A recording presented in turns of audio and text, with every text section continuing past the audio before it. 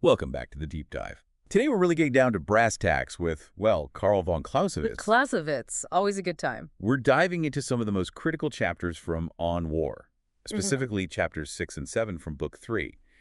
He really digs into boldness and perseverance, and we know those aren't just fancy words to you out there in the field. Not at all. What Clausewitz does, and he does it brilliantly, is he takes these big, almost philosophical ideas, boldness, perseverance, and he brings them right down to earth, shows how they actually work in military operations. It's a framework, really, for understanding what makes a commander truly bold. And how that changes, Hmm. right? Because it's got to be different depending on if we're talking about a lieutenant or a general. Exactly. And then, of course, how does perseverance play into all of this? Because war, as we all know, is anything but predictable. Okay, so let's start unpacking this. Chapter 6, boldness.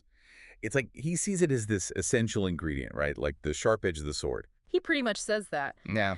Clausewitz argues that in war, boldness is absolutely essential, even more so than in any other, human endeavor. He compares it to steel and says it's what gives the weapon its edge. Makes sense. But there's got to be more to it than that. I mean, you can't just throw yourself into danger and call it boldness, can you? You're right, and Clausewitz makes a very important distinction there. Especially for commanders, the higher up you go, the more important it is that boldness is tempered with, well, intellect. He actually talks about two kinds of boldness. Oh, really? So what's the difference? Well, you've got boldness out of necessity, like let's say leading a daring escape. Right, just got to get out of there, whatever it takes. Exactly. But then you've got boldness that's guided by calculated risk. He uses Frederick the Great's preemptive strike in 1756 as a prime example of that. Wow, so different levels of boldness. That's fascinating. So a junior officer leading that daring escape, that takes guts, no question. But for someone like Frederick the Great, it's about thinking several moves ahead, weighing the potential gains against the enormous responsibility on his shoulders. Exactly. And that's where Clausewitz really gets into the nitty-gritty.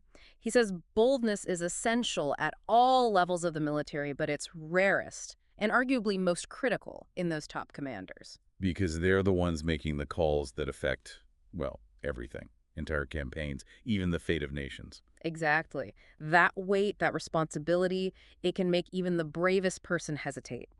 So when a commander can demonstrate true boldness at that level, making tough calls when things are far from certain, Clausewitz sees that as almost heroic. It's courage, sure, but it's also the intellect to back it up, the vision to see the big picture. It's interesting because we often think of boldness as this almost impulsive quality, but he's saying it needs to be a lot more calculated, especially at the highest levels. Absolutely. Remember that phrase he uses, the stamp of the hero? You can't just stumble into that. It takes guts and brains to pull it off. Think about someone like Alexander the Great crossing the Hellespont.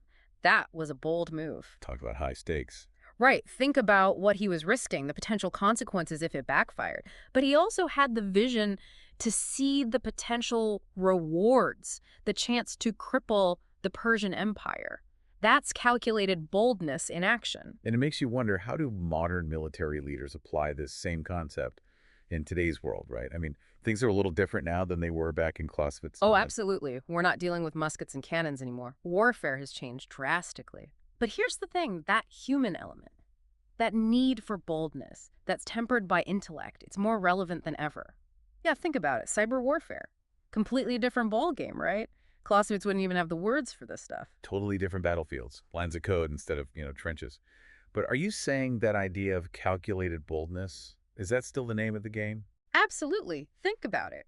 Launching a sophisticated cyber attack, crippling an enemy's infrastructure, that takes some serious guts.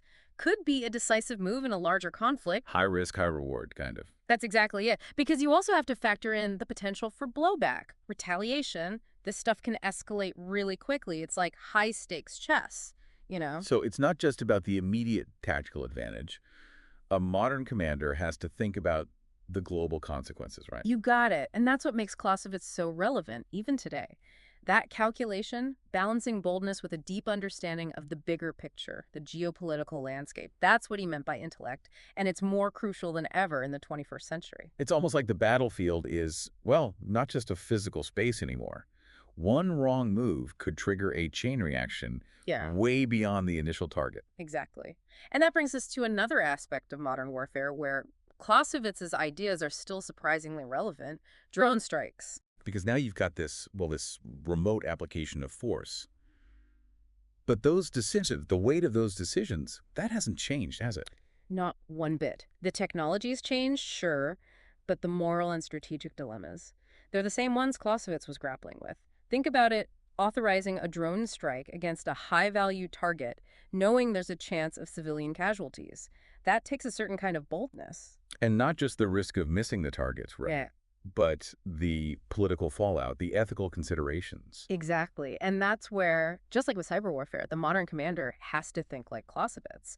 What are the potential benefits? What are the potential costs?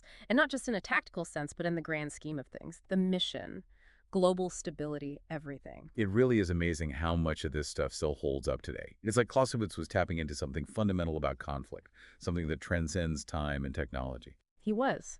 And that's why he dedicated an entire chapter to perseverance, because he knew that even the boldest plan, the most successful attack, it's just the first step in what's often a long and difficult campaign. Right, because it's one thing to, to make that bold move, but it's another thing entirely to maintain that focus, that drive when things inevitably get messy.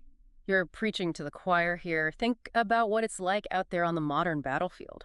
Constant information overload, shifting objectives, the psychological pressure of being in a prolonged engagement. That's where Clausewitz's emphasis on perseverance, on having that unwavering will, it's not just some abstract concept, it's a matter of survival. So for those of you out there on the ground, this isn't just about physical endurance. We're talking about something deeper. It's about your resolve, your commitment to the mission, even when you're facing setbacks, uncertainty, you need it. And it's about having leaders who embody those qualities, leaders who inspire their troops, not just with bold action, but with that steady, unwavering commitment that Clausewitz knew was essential for achieving victory in the long run. It's that we're in this together, we're going to see it through attitude. But, and I think Clausewitz would agree, it can't just be about brute force. You need adaptability, that ability to learn and adjust as the situation changes. 100%. And we see that time and time again in modern warfare. The enemy adapts, new threats emerge. So yeah, Clausewitz gives us the foundation, but we have to be able to adapt those principles to meet 21st century challenges. And speaking of challenges, we've got to talk about the elephant in the room, right? Artificial intelligence. We're talking autonomous weapons systems, algorithms making life or death decisions. It's a whole different world from the one Clausewitz was writing about. It really is. But here's the crazy part. Even in this, this brave new world of AI-driven warfare, Clausewitz's ideas are still relevant. They really are. So how does something like, I don't know, boldness, this quality that Clausewitz saw in guys like Napoleon, how does that translate to a battlefield where, let's face it, algorithms are calling some of the shots? That is the question, isn't it? And I think if Clausewitz were here, he'd say, even with AI, leadership doesn't change at its core. It's about judgment. It's about understanding not just what a machine can do, but what it should do.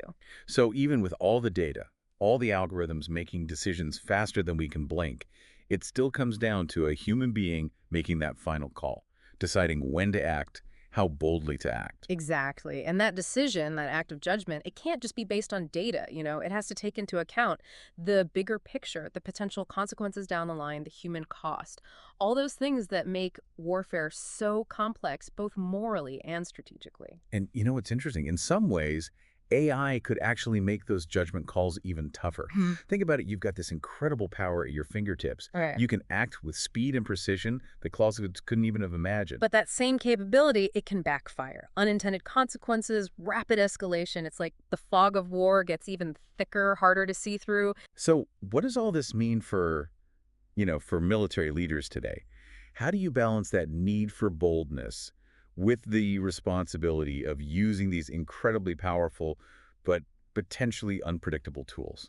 It goes back to what we were saying before about the importance of education. We have to foster a deep understanding of this technology, sure, but also the ethical and strategic principles that should guide its use. So we need leaders who are fluent in algorithms and Clausewitz.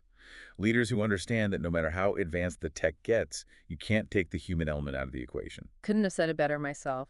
And that brings us to another one of Clausewitz's big ideas, one that's more relevant now than ever in this age of AI. Perseverance.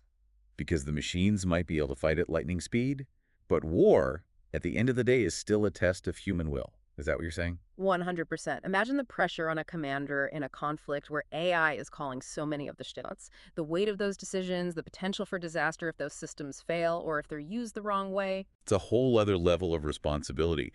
It really challenges that whole Clausewitzian idea of perseverance, doesn't it? It really does. You need the mental stamina, the emotional stamina to stay focused, to make those tough calls, even when you're not just facing the enemy, but the uncertainty of a technology that's constantly changing. It really drives home the point that even as warfare becomes more and more high-tech, more futuristic, it's still that human element that matters most. Clausewitz would agree with you, I think. In the end, it's not about who's got the fanciest machines. It's about who's got the stronger will, the clearer vision, the deeper commitment to their cause. And that never goes out of style. So much to think about. As we wrap up this deep dive on Clausewitz, are there any final takeaways you'd want our listeners to carry with them? I think the biggest takeaway is this. Even in the 21st century, even with all the advancements in warfare, it's the human element that's still the most important factor. Clausewitz's ideas about boldness, about perseverance, about the importance of tempering both with intellect and strategic thinking, those aren't just old ideas, they're timeless principles. They can guide us as we face the challenges of modern warfare, and they can help us use these incredible new technologies responsibly and effectively. He really does give us a lot to chew on, both as individuals and as a military force trying to navigate a very, well, uncertain future. So to all of you listening, we'll leave you with a question posed by Clausewitz himself. How can we cultivate these essential qualities, boldness tempered by intellect and unwavering perseverance, not just in individuals, but in entire military forces, in the face of all the complexities of modern warfare? Thanks for joining us on this deep dive. Until next time.